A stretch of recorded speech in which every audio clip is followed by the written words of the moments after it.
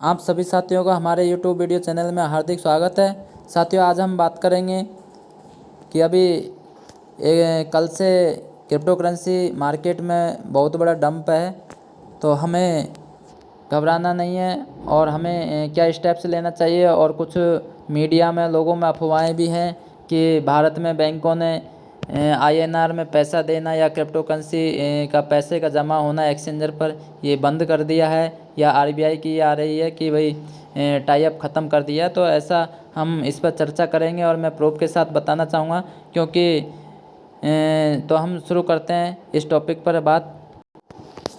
तो साथियों, सबसे पहले मुख्य बात तो यह है कि हमें मार्केट में अप और डाउन होना स्वाभाविक है, क्योंकि जीवन में अप डाउन होना एक प्रक्रिया है। इस सच को हमें समझना चाहिए और पेशेंस रखना चाहिए।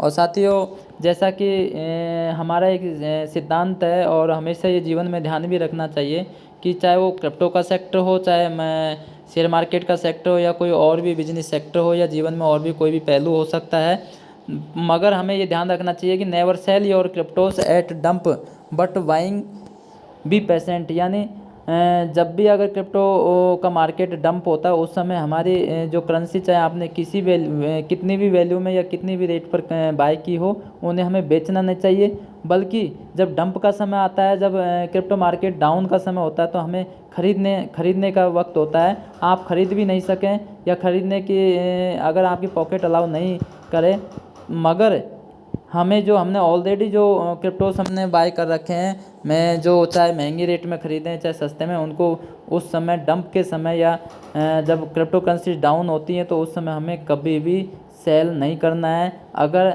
आपको एक सफल बिजनेसमैन या एक अच्छा प्रॉफिट आपको जीवन में कमाना है, ये बात हमेशा ध्यान रखना चाहिए। बल्कि धैर्य के साथ हमें हो सके उतना खरीदने का प्रयास करना चाहिए। अगर हमारी पॉकेट अलाउ करती है, अगर हमारे पास कुछ है, तो हमें रिस्क मैनेजमेंट के साथ तो कुछ ना कुछ हमें बाइंग करना चाहिए। तो ये हमें ध्यान रखना चाहिए। और साथियों, मैं पहले ही बता चुका हूँ कि जो भी साथी हमारे मध्यम वर्ग के और जो हमारे गरीब परिवारों के से लोग हैं, वो क्रिप्टो करेंसी में एक सिद्धांत को जरूर अपना लें। जैसा कि उस सिद्धांत को मैं हमेशा फॉलो करता रहा हूँ कि हमें buy crypto multi coin at multi exchanger for risk manage. यानी हमें एक से ज़्यादा एक्सचेंजर को सिलेक्ट करना चाहिए जो महत्वपूर्ण हो और हमें हमारे लिए सुविधाजनक हो और उन पर अच्छी फैसिलिटी हो और अच्छी सुविधा हो। तो इस तरह के एक्सचेंजर्स को हमें लिस्टेड करना चाहिए कि हमें इन एक्सचेंजर्स पर हमें बाय और सेल क्रिप्टो को करना है या रखना है। और उनका महत्व भी हमें जानना चाहिए कि हम इस एक्सचेंजर को क्यों यूज़ कर रहे हैं, क्यों हमारे लिए इसमें ऐसी क्या खासियत है जो हम इसे यूज़ करें। जैसा कि मैंने कई एक्सचेंजर आपको जिनकी इस वीडियो के डिस्क्रिप्शन में और ज़्यादातर जो वीडियोज़ हैं उनके डिस्क्रिप्शन में उनकी लिस्ट आपको मिल जाएगी, जिनमें ट्रस्ट वॉलेट महत्वपूर्ण है, सेपल है, वजीरेक्स है, बाइनेंस है, हॉबी है। और इस तरह के जो 8-10 एक्सचेंजर हम जो मेरे अनुसार जो मैं उचित समझा और जो मुझे महत्वपूर्ण लगे, उनकी लिस्ट और उनकी लिंक ऑलरेडी आपको उसमें हर वीडियो के डिस्क्रिप्शन में आपको देता हूँ। और टेलीग्राम चैनल पर भी अपडेटेड हैं, बिजनेस व्हाट्सएप ग्रुप में भी आपको बार बार डालता रहता हूँ। तो आप इस तरह अपने एक्सचेंजर्स की जो सेलेक्टेड एक्सचेंजर्स हैं, जो आपको अच्छी सुविधा लगती है और जिनका महत्वपूर्ण रोल है, या जो आपके लिए मतलब एक सुविधाजनक है, उनकी एक लिस्ट बनाएं। क्योंकि मल्टी एक्सचेंजर पे या मल्टी प्लेटफॉर्म हमें यूज करना बहुत ज़रूरी है। बाय द वे, ये क्यों ज़रूरी है? क्योंकि बाय द मान लीजिए किसी एक एक्सचेंजर पर आपका पैसा है, सारे कॉइन एक ही एक्सचेंजर पर ले रखें और उस एक्सचेंजर पर कोई टेक्निकल प्रॉब्लम आ गई, आपको पैसे की ज़रूरत है, तो जब मान लीजिए अगर किसी एक्सचेंजर में कोई टेक्निकल प्रॉब्लम आ गई, आपको ज़रूरत है, तो आप उसका दूसरे एक्सचेंजर को यूज़ करके अपना काम ले सकते हैं। और अलग अलग एक्सचेंजर में अलग अलग फैसिलिटी होती है, अलग अलग उनमें इंटरफेस और उनका अलग अलग उसमें एक तरह से सुविधाएं होती हैं। तो इसलिए भी हमें अलग अलग ज़रूरत होती है। जैसे कुछ वॉलेट्स होते हैं, जैसे हम ट्रस्ट वॉलेट की बात करें, वो डिसेंट्रलाइज्ड होता है, सेपल है, कैलिवर है। तो और कुछ जैसे एक्सचेंजर है, जैसे जेप पे है, बाइनेंस है, ये एक एक्सचेंजर होते हैं। तो जैसे वजीरेक्स है, जेप पे है, तो कॉइन स्विच है, ये हमारे INR यानी हमें INR लेने होते हैं क्रिप्टोज़ का, एक बैंक से INR जमा कराना होता है जिससे हम क्रिप्टोज़ ले सकें और क्रिप्टोज़ को सेल करके फिर हमें वापसी अगर बैंक में INR लेना है तो इनके लिए महत्वपूर्ण कड़ी का ये काम करते हैं। इसी तरह जो ट्रस्ट वॉलेट है, अपना सेपल वॉलेट है, ये डिसेंट्रलाइज्ड वॉलेट होते हैं। इनमें हमारे जैसे बाय द वे मान लीजिए कोई बैन हो गया, कोई इस तरह की प्रॉब्लम आ गई तो हमें हमारी करेंसी, हमारे जो क्रिप्टोस हैं उनको सुरक्षित रखने के लिए ये डिसेंट्रलाइज्ड वॉलेट की महत्वपूर्ण भूमिका होती है। तो साथियों अगले जो है मैंने बताया कि हमें मल्टी कॉइन लेना चाहिए, कि कभी कभी क्या होता है कि हमारे साथ ही नॉलेज के अभाव में या एक लोभ में आके, एक ज़्यादा लालच में आके, ग्रीड में आके और एक ही कॉइन को बहुत बड़ी संख्या में ले लेते हैं। तो ऐसा नहीं करना चाहिए, हमें कई प्रकार के सेलेक्टेड कॉइन हमें करना चाहिए, कम से कम जिनके पीछे एक अच्छी टीम हो, जिनका एक अच्छा मकसद हो, ऐसी क्रिप्टो करेंसीज़ को। और हमें अपने पॉकेट के हिसाब से एक प्लानिंग बनानी चाहिए एक मैनेजमेंट के तहत, यानी भाई हमें हमारा जैसे फ़ंड हमें 50,000 का इन्वेस्ट है, 10,000 का इन्वेस्टमेंट है, या जितनी हमारी पॉकेट अलाउ करता है तो उसमें हमें इतने संख्या में ये कॉइन लेना है, इतनी वैल्यू के ये लेना है। तो इस तरह हमें मल्टी कॉइन, मल्टी एक्सचेंजर वाला जो हमारा प्रिंसिपल है, जो हमारा सिद्धांत है, उसको फॉलो करना चाहिए। और उसके साथ हमारा जो रिस्क मैनेजमेंट है वो अच्छा होना चाहिए। और साथियों जब भी आपकी कोई भी करेंसी 2 गुना 5 गुना अगर बढ़ती है, इंक्रीज होती है उसकी वैल्यू में, उसकी वैल्यू इतनी इंक्रीज हो जाती है तो हमें कुछ ना कुछ सेल ज़रूर करना चाहिए, यानी हमारे जो प्रॉफिट है उसको बुक करना चाहिए। क्योंकि अक्सर क्या एक मानवीय उसको एक मानवीय क्या कह सकते हैं उसको, एक तरह से ज़रूरत मानो या एक मानवीय स्वभाव का एक गुण मानो या मानवीय दुर्गुण मानो, कि जब जैसे ही प्रॉफिट जब बढ़ता है या मार्केट में जब पंप होता है तो आदमी का लालच बढ़ता जाता है कि यार अभी कोई कॉइन जैसे हमने 10 रुपये में बाय किया, वो 20 रुपये हो गया तो हम सोचेंगे कि यार अभी 25 रुपये हो जाए तो हम सेल करेंगे, फिर 25 हो जाएगा तो फिर हम सोचेंगे कि 50 रुपये पे सेल करेंगे। तो इस तरह हमें बहुत ज़्यादा लालच में नहीं पड़ना चाहिए। अगर किसी करेंसी में आपको 2 गुना 3 गुना प्रॉफिट है तो आप उसका कुछ हिस्सा, या चाहे आप 10% या 25% उसका हिस्सा आप को सेल कर देना चाहिए। जैसे USDT में आप सेल करके उसको आप अपने उसी वॉलेट में रख सकते हैं, ताकि अगर वही करेंसी डाउन आए या कोई और दूसरी करेंसी अगर डाउन आती है तो आप उस USDT से जैसे अब डंप आया। अब जिन साथियों की प्लानिंग अच्छी थी, जैसे अभी मैंने लगभग 3-4 लाख रुपए की करेंसीज बाई की, क्योंकि जैसे ही प्रॉफिट था तो मैंने कुछ 10-10, 5-5% का प्रॉफिट USDT में और BUSD कॉइन में उनको स्टोर कर लिया था उसी वॉलेट में। अब डंप आया तो मुझे जो भी करेंसी लगी, जो एक्स्ट्रा करेंसी जिनको मैं उस समय ख़रीदना चाहता था मगर उनकी वैल्यू ज़्यादा थी, जिस वजह से मैं नहीं खरीद पा रहा था या मेरी खरीदने का मुझे उचित नहीं लग रहा था, वो करेंसीज मैंने ईजी वे में अब ख़रीद चुका हूँ जैसे ही डंप आया। तो साथियों इसीलिए हालांकि हमारा किसी को ये क्रिप्टो करेंसी बाय और सेल करने के लिए मजबूर करने का हमारा कोई मकसद नहीं है। हमारा सिर्फ नॉलेज देना है, हमें प्लानिंग बताना है और अपनी जानकारी को आगे बढ़ाना है, ताकि आप लोग भी अपने रिस्क मैनेजमेंट और अपने इस तरह की व्यवस्था बनाकर आप एक अच्छा प्रॉफिट और जीवन में अच्छा लाभ कमा सकें और जीवन में आप अपने जीवन का विकास कर सकें और सुखी जीवन व्यतीत कर सकें। तो साथियों यही हमारा मकसद है। तो हमारी यानी एक प्लानिंग के साथ आपको इस मार्केट में आना चाहिए और लंबे समय के लिए जब भी अगर इस तरह का डंप होता है तो हमें घबराना नहीं चाहिए, क्योंकि लंबे समय के लिए हमें धैर्य भी रखना चाहिए। अभी ये जो क्रिप्टो करेंसी का मार्केट है वैसे भी अभी कंफर्ट जोन में नहीं है, हालांकि पहले के बजाय काफ़ी हद तक कंफर्ट जोन में आ चुका है, लेकिन अभी भी जो अगला ये 3 से 4 साल का पीरियड है, मैं मानता हूँ कि 2024 से 25 का जो पीरियड है ये क्रिप्टो करेंसी के लिए अभी एक अनकम्फर्ट जोन ही है, जो कंफर्ट जोन तक पहुँचने का एक पीरियड रहेगा जिसमें बहुत ज़्यादा उठापटक रहेगी। और साथियों दूसरी जो महत्वपूर्ण बात मैं ये बताना चाह रहा था, कभी कभी जो ऐसा होता है कि अगर प्रॉफिट ज़्यादा होता है तो उस समय हमें ज़्यादा लालच में नहीं आना चाहिए। और कभी कभी एक बात भी हमें ध्यान रखनी चाहिए कि जब अगर कोई करेंसी बहुत ज़्यादा एक साथ उसकी जो वैल्यू है या उसकी रेट में बहुत ज़्यादा ग्राउथ हो जाती है या एक ज़्यादा बहुत तेज़ी से बढ़ जाती है, तो हम क्या करते हैं कि हमारे पास जितनी करेंसी होती है उसको 100% की 100% सेल कर देते हैं, जबकि हमें ऐसा नहीं करना चाहिए। अगर उसकी वैल्यू कितनी भी बड़ी हो, लेकिन हमें ज़्यादा से ज़्यादा 50% 75% आप कर सकते हैं, बाकी एक प्लानिंग के साथ होना चाहिए। जैसी वैल्यू बढ़ी है तो 10% सेल कर दी, फिर और बढ़ी तो 10% सेल कर दी, या 25% सेल कर दी। और हमारा हर करेंसी में एक योजना बना लेनी चाहिए कि भाई हमें कम से कम ये करेंसी है, उसका 25% हिस्सा तो हमें रखना ही रखना है, चाहे उसकी वैल्यू कितनी बढ़े।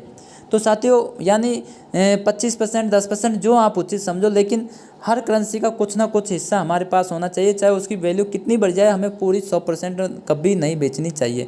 तो मैं समझता हूँ ये 2-3 बातें हमें ये ध्यान रखना चाहिए। और हमें और किन बातों का ध्यान रखना चाहिए, इसके ऊपर भी मैं आपको वीडियो बनाने वाला हूँ और इस तरह की नॉलेज बताने वाला हूँ, हम कहाँ गलतियाँ करते हैं और क्यों करते हैं। तो इन पर भी मैं आपको अगले वीडियोज़ में बताने वाला हूँ। इसलिए हमारे वीडियो को सब्सक्राइब कर लें, लाइक करें, शेयर करें, कमेंट बॉक्स में कमेंट लिखें और ज़्यादा से ज़्यादा लोगों को सब्सक्राइब करने के लिए इसको शेयर करें। और साथियों अगली जो महत्वपूर्ण बात है कि अभी जो मार्केट में, क्योंकि कई ऐसे लोग भी होते हैं दुनिया में जो, जैसे आपने गडरिये की कहानी सुनी होगी, वो गडरिया होता है, उसके सामने कोई भी इस तरह की प्रॉब्लम नहीं होती, लेकिन एक बार वो क्या होता है, चिल्लाने लगता है कि गाँव वालों मेरी भेड़ों को जो एक भेड़िया है वो आ गया और मेरी भेड़ों को मतलब वो खाने लग रहा है या उनको खाने को जा रहा है। तो गांव वाले सोचते हैं कि यार बेचारा कि इस तरह की प्रॉब्लम आए, तो गांव वाले अपने हिसाब से उसके बचाव में जाते हैं, हेल्प के लिए जाते हैं। वहाँ देखते हैं कि तो वो गडरिया हंसता है गांव वालों पे। तो उसके बाद जब गांव वाले वापसी लौट जाते हैं तो एक दिन हकीकत में क्या होता है कि वाकई में जब वो भेड़ चरा रहा होता है तो भेड़िया हकीकत में आ जाता है। और जब वो चिल्लाता है गांव वालों से मदद के लिए, तो गांव वाले सोचते हैं कि ये पहले भी बेवकूफ़ बनाया था तो अभी भी ऐसे ही चिल्ला रहा होगा। तो ऐसे लोग भी इस देश में या इस दुनिया में होते हैं और जो हमेशा होते रहेंगे। तो बिना सोर्स के मैं ये नहीं कह रहा कि ऐसा कुछ नहीं हो सकता, होने को तो दुनिया में और जीवन में कुछ भी नेगेटिव पॉजिटिव कुछ भी हो सकता है, मगर मैं उन लोगों पर टारगेट करना चाह रहा हूँ या उन लोगों के बारे में आपको सावचेत करना चाह रहा हूँ कि जो बिना सोर्स के, बिना ऑथेंटिक सूचना के या किसी बिना ऑथेंटिक कहीं से न्यूज़ मिलने के हुए और अपने हिसाब से वो सर्कुलेट पब्लिक में, आम पब्लिक में कर देते हैं, जिसका पब्लिक पे एक नेगेटिव और उसका मैसेज जाता है और उसका बहुत से लोगों को बहुत बड़ा नुकसान भी होता है।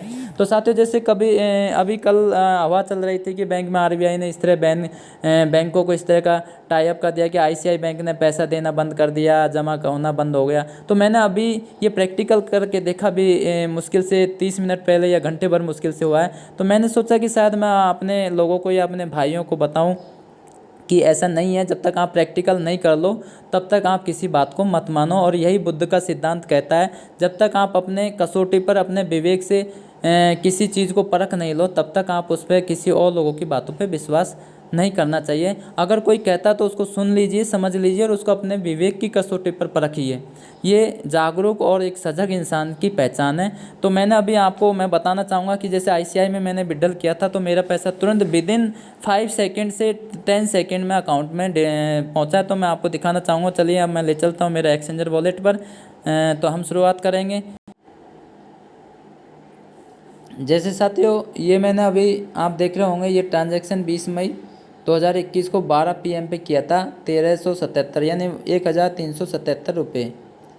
आप देख रहे होंगे ये जो मैंने इसको मार्किंग की है, तो ये 12 बजे की है, आज की डेट में की है। हाँ, और मैंने अभी सेल किया था, ये भी मैं आपको बताना चाहूँगा। जैसे अभी मैं बताऊँगा ये, जैसे मैंने अभी आज ही ये करेंसी सेल भी की थी। अभी मैं आपको बताऊँगा, जैसे मैंने अभी सेल भी किया था। जैसे आप देख रहे होंगे ये मैंने अभी जस्ट 20 मई को 11:59 AM पर मैंने बजीरेक्स कॉइन सेल किए थे। ये आप देख रहे होंगे ये ट्रांजैक्शन, ये आज की डेट में मैंने सेल किए थे 112 रुपये 50 पैसे की रेट में, और टोटल 1125 रुपये, 1125 और कुछ 200 रुपये के आसपास ऑलरेडी मेरे उसमें थे। तो मैंने इसको अभी विड्रॉल किया, तो विड्रॉल की भी मैं डिटेल आपको पहले ही बता चुका हूँ, एक बार और बता देता हूँ। आप देख रहे होंगे साथियों ये विड्रॉल आज की डेट में 12 बजे 11:59 पर मैंने सेल किया, और लगभग 12 बजे मैंने इसको विड्रॉल किया। और मेरे अकाउंट में कितने बजे मिला, मैं मेरा अकाउंट चेक कराता हूँ तो वो भी मैं आपको तो आप देख सकते हैं साथियों ये अकाउंट मेरा ओपन हो गया, और इसकी मैं डिटेल में आपको ले जाना चाह रहा हूँ। जैसे अभी बैक कर रहा हूँ मैं, ये स्टेटमेंट पे मैं आपको दिखाना चाहूँगा। हाँ, ये देख सकते हैं आप, 1377 यानी 1377, ये 20 तारीख, और ये CR यानी अभी क्रेडिट हो चुके हैं। तो ये कितने बजे क्रेडिट हुए हैं ये आप देख सकते हैं। विदिन मुश्किल से 1 मिनट का टाइम भी नहीं लगा। और यहाँ आप देख सकते हैं वंडर बैग के ये ID नंबर है, IMPS नंबर है, ये आप अच्छे से देख सकते हैं। तो कुछ साथी कह रहे थे कि ICICI बैंक ने, प्राइवेट बैंक के जो हैं HDFC है, इन्होंने क्रिप्टो करेंसी का पैसा या विड्रॉल करना बंद कर दिया, एक्सचेंजरों ने बंद कर दिया, और ये मैंने वजीरेक्स से निकाला है। तो साथियों इस तरह हर किसी की बात को सुनकर आप इस तरह घबराएं नहीं।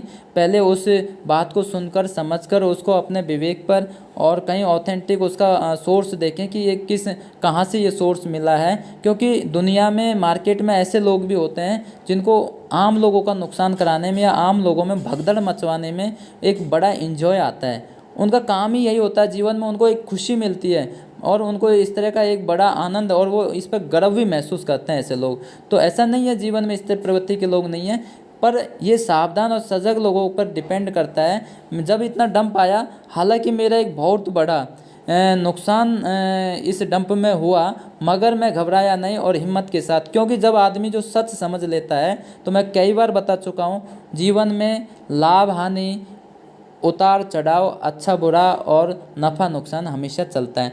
अगर इस तरह की हलचल और गतिशीलता अगर ख़त्म कर दी जाए, तो मैं समझता हूँ जीवन का अस्तित्व ही खत्म हो जाएगा, सृष्टि का महत्व ही खत्म हो जाएगा। ये इसलिए इस सत्य को हमें समझना चाहिए और धैर्य रखना चाहिए। बल्कि ऐसे समय में जितना हो सके हमें बाइंग का प्रयास करना चाहिए, क्योंकि डाउन, और मान लीजिए दूसरा कारण ये भी, अगर ये डंप नहीं आएगा, करेंसी अगर बढ़ती रहेगी, मार्केट बढ़ता ही रहेगा, तो जो बाकी लोग जो बच गए इस क्रिप्टो मार्केट में इन्वेस्ट करने से या इसको समझने से, अध्ययन करने से, जो बाकी मीडियम वर्ग के लोग हैं या जो और लोग हैं वो खरीदना चाहते हैं, तो उनको तो मौका ही नहीं मिलेगा। अब डंप आया तो उन लोगों को भी मौका मिलेगा और इस मार्केट में और ज़्यादा लोगों की मतलब इसमें संख्या बढ़ेगी, क्योंकि और लोग जब बाय करेंगे, इसको समझेंगे, तो इसमें और ज़्यादा यूज़र्स की, कस्टमर्स की संख्या या इन्वेस्टर्स की संख्या बढ़ेगी। और जब इन्वेस्टर्स ज़्यादा होंगे तो मार्केट का साइज़ बड़ा होगा, और जब मार्केट का साइज़ बड़ा होगा तो आपको, हम सबको प्रॉफिट मिलेगा और फ़ायदा होगा। तो यही हमें इस चीज़ को भी समझना चाहिए। मार्केट का प्रभावित होने पर सैकड़ों कारण होते हैं, उन्हें भी हमें समझना चाहिए। तो साथियों आज मैं इतना ही बताना चाहूँगा, और फिर मिलेंगे हम अगले वीडियो में। जब तक के लिए आप हमारे चैनल को सब्सक्राइब करें और लाइक करें, शेयर करें, और कमेंट बॉक्स में अपना कमेंट लिखें, और हमारे साथ बने रहिए, और ज़्यादा से ज़्यादा साथियों को सब्सक्राइब करने के लिए प्रमोट करें। इसी के साथ फिर मिलेंगे अगले वीडियो में। सादर नमस्कार।